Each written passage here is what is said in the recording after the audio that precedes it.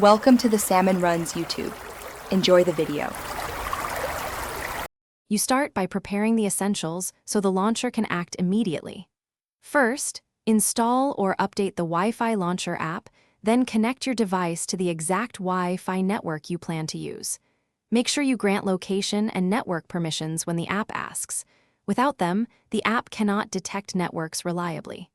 Once permissions are granted and the network is active, open the app and proceed to create a new Wi-Fi trigger profile so the launcher can recognize the network. Now you build the trigger that makes the launcher work. Tap New Profile, give it a clear name, and select the SSID of the connected network so the app knows which network to watch for. Then add actions. Pick one or more apps to open automatically, adjust settings, or run shortcuts. Also set conditions like only when charging or within a time window to avoid unwanted launches.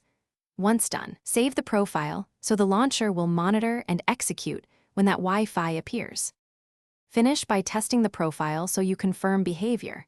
Disconnect from the Wi-Fi and then reconnect. You should see the configured app or actions run automatically. If actions are delayed, increase any launch delay setting or recheck permissions and ensure battery optimization is disabled for the launcher. Make sure auto start or background activity is allowed so the app can detect network changes.